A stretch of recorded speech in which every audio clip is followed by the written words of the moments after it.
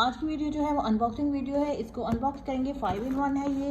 Epilator है, cleansing brush है, इसमें मसाजर है, लेडी शेवर है, कैलस रिमूवर है इसमें। और ये देखिए ये जो है क्या क्या है वो तो मैं आप लोगों को बताऊंगी।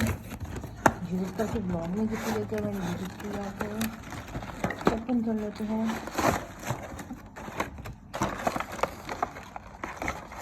ये देखिए शेवर हेड है, ये इस पर लगा हुआ है। इसके साथ ये क्लीनिंग के लिए ब्रश है, इसकी चार्जर है इसका। उसके बाद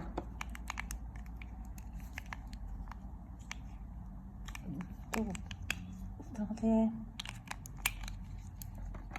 उसके बाद ये है